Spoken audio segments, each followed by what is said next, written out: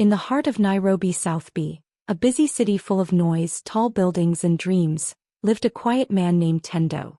He worked as a civil servant and lived in a small but neat apartment with his wife, Loma, and their newborn twins, Baraka and Bilha. Tendo had not always planned to live a quiet life. Long ago he had big dreams, to be a lawyer, to travel, to become someone important. But those dreams ended the day his parents died in a car crash near Nyahururu. He was just 23 then. His younger sister, Zina, was still in school, wild and full of energy. She didn't understand loss the way he did. While he cried at night and worked hard during the day, she danced, laughed, and chased her own dreams. Tendo became more than a brother. He became a father. He sold his laptop, gave up his scholarship, and took a full-time job just to make sure Zina stayed in school. He paid her fees, packed her lunch, and prayed for her every morning. And she made it. Zina graduated from university with honors. She wore heels and red lipstick to her graduation and smiled as cameras flashed. Tendo watched with pride. "You did this," Loma whispered beside him, holding one of the babies. "No," he said softly. "She did."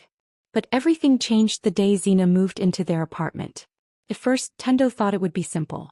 "Stay here while you look for a job," he told her. "This is your home too." Loma nodded kindly and cleaned out the extra room for her. Zina walked in with 2 giant suitcases and an attitude that didn't fit the walls.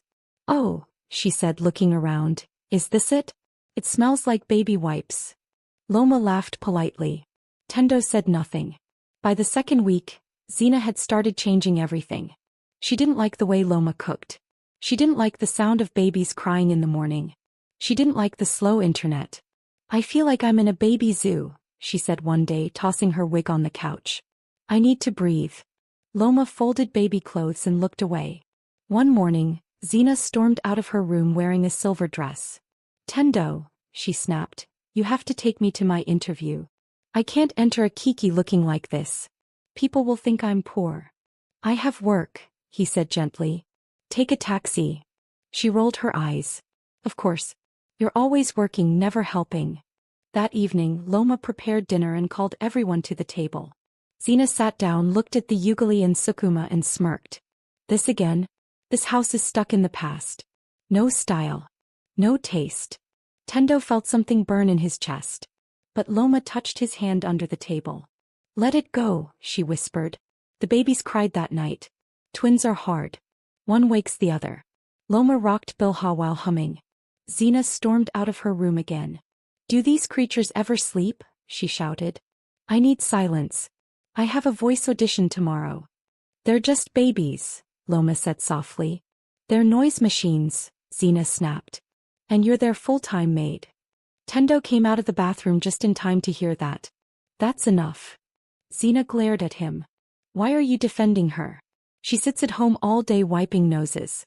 "I'm building a brand." "You're a guest in my house," he said quietly. "Don't forget that." For the first time, Zina looked unsure. But pride held her lips shut. A week later, she got a job at a media company. PR, beauty, social media. Everything she loved. She packed her things and left, walking out like a queen. No goodbye. No thank you. Loma stood by the door with Baraka on her hip. "She'll come back," she said. Tendo shook his head. "Let her go." For a while, peace returned. Loma baked on weekends. Tendo brought flowers from the city park. The babies grew fast.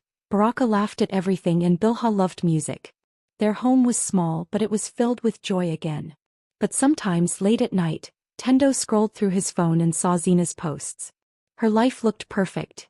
Fashion shows, office meetings, hotel rooms, flights. Her captions were sharp and cold. "Why do babies always cry? Even goats sleep more. Motherhood is just unpaid labor in a house that smells like diapers. Freedom is waking up without small hands in your face." Each post hit Loma like a stone. But she never replied. Never commented. Never liked or disliked. She simply stared at the screen, then went back to brushing the twins' hair. Tendo saw the sadness in her eyes, but he didn't know how to fix it. One day, while cleaning out an old drawer, Loma found a birthday card Zina had made as a child. It was full of stickers, glitter, and a shaky drawing of Tendo carrying Zina on his back. "To the best brother ever," it read. One day I'll buy you a house with no crying babies. Loma held the card and smiled sadly. She used to love you, she whispered.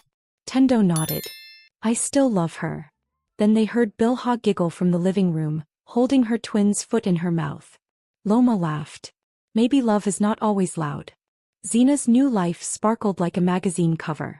Her apartment was on the top floor of a tall building in West Nairobi. Glass walls, velvet chairs, gold lamps. Everything screamed success. She posted daily on social media, taking pictures beside windows with long city views. Her followers grew fast. They loved her boldness, her beauty, and her sharp tongue. But more than anything, they loved her mockery. Mockery of motherhood. Of crying children. Of women who stayed at home. Babies are cute, from far away. Changing diapers? No.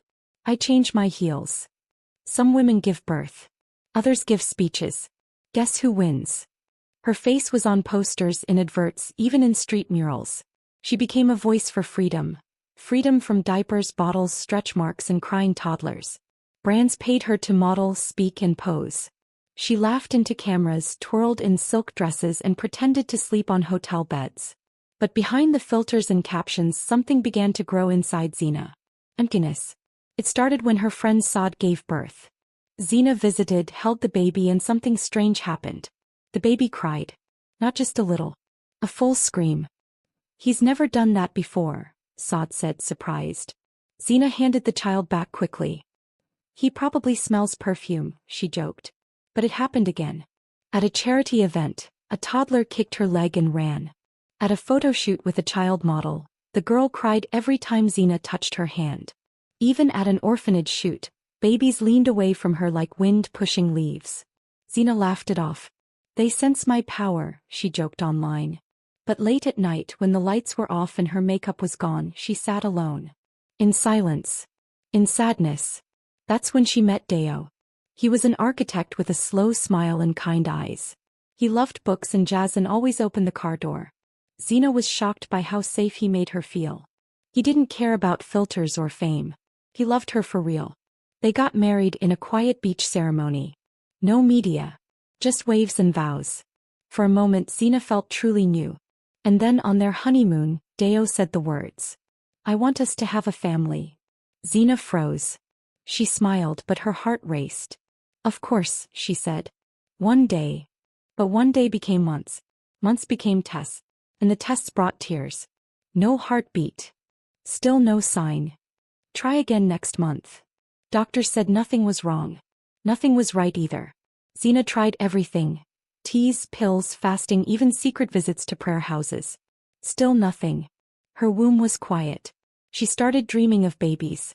In one dream she held a child who turned to sand in her hands. In another she stood in a playground and all the children ran from her shadow.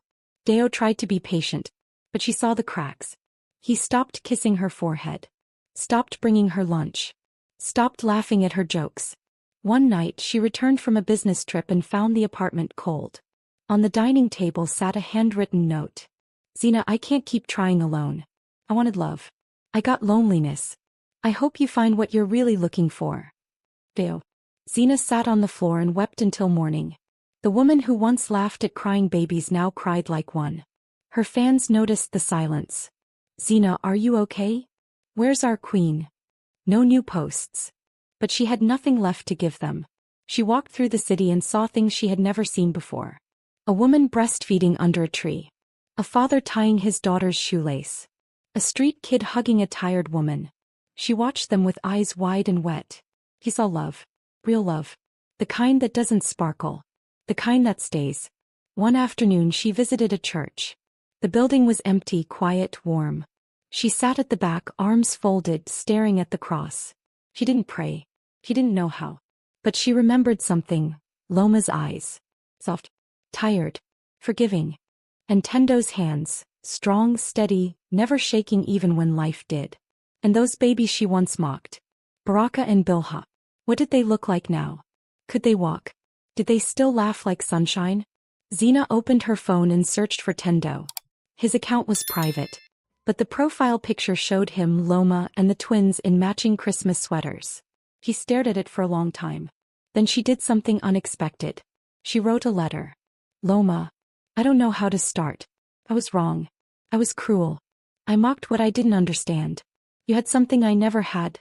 Love without pride. I don't know if I can ever fix what I broke. But if you'll let me visit, just once, I would be grateful. Not as a sister. Not as a queen. Just as a woman who has learned the hard way. Ina. She sent it and waited. A whole week passed. No reply. Then on the 8th day a message came through. No words. Just a photo. Baraka and Bilha, now 5 years old, standing by the gate in school uniforms. Holding a hand-painted sign. Come home, Auntie Zina. Her heart cracked and healed at once. He packed a small bag. This time no heels. No lashes. Just her real self. And hope. Zina stood outside the old apartment building in Nairobi South B. It hadn't changed much. The same dusty pavement. The same smell of fried onions from the corner Mama put. Only her heart was different now, quiet, shaking, unsure. She had once called this place a baby zoo. Now all she wanted was to hear those tiny roars again. She held her bag close and stepped through the gate. Baraka and Bilha were the first to spot her. They ran like arrows across the yard shouting, Auntie Zina! Auntie Zina! Zina dropped her bag and opened her arms. They crashed into her like a wave of joy. Bilha's hair smelled like baby powder. Baraka was missing a front tooth and smiled with no shame. She held them both and cried. Not the soft, slow tears of guilt, but hot, grateful tears. The kind that come when something broken begins to heal. I missed you, she whispered. But we don't even remember you, Baraka said, giggling. We only saw your photo. Loma stood in the doorway. She wore a plain green wrapper and held a spoon in her hand, as if she had paused dinner just to breathe. Her face was the same, calm, tired kind. Zina let go of the children and walked toward her, unsure. Loma, she began, but her voice broke. Loma stepped forward and wrapped her arms around her. Not tightly but fully. It's okay, she said. You're home. Tendo appeared behind them, wiping his hands on a towel. He didn't say much. He just nodded and smiled. Dinner is ready, he said. You like beans and plantain, right? Zina laughed softly. I used to hate it. People change, Loma said and walked inside. That evening they all sat around the table. Zina watched as the twins talked over each other, arguing about who got more juice. Loma gently wiped Bilha's chin. Tendo cracked a joke about politics. Laughter floated like music through the room. Zina didn't speak much. He just listened. Listened to the sound of what she once called noise, and now understood was life. After dinner the twins pulled her to their room.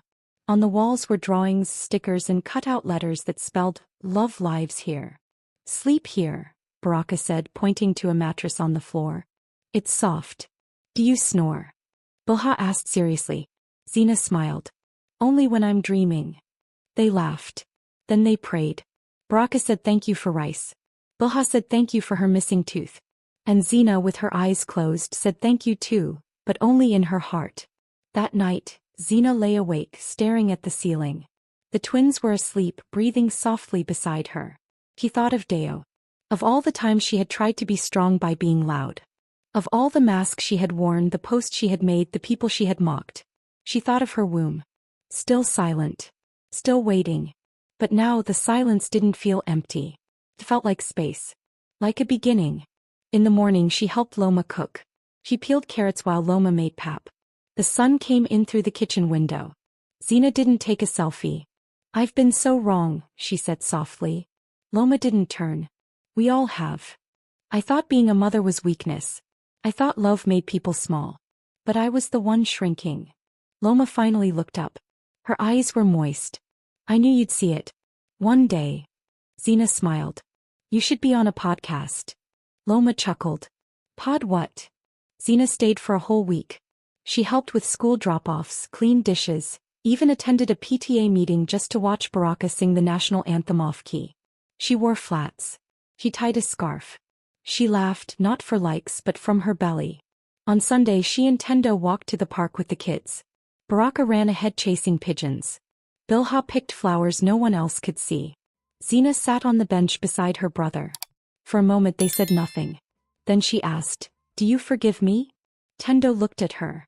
Zina, I forgave you before you even knew you were wrong.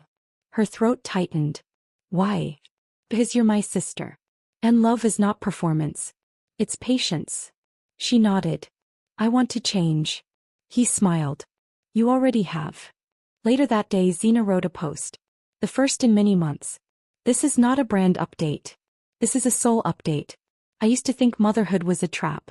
That crying children were noise. That home was a prison. But I was blind. I saw love and called it weakness. I saw service and called it slavery. Now I see. Thank you to the women who raced quietly. Who gave without applause. Who stayed when it hurt. You are not less. You are giants. And to the children I once mocked. I hope one day I am worthy of your hugs.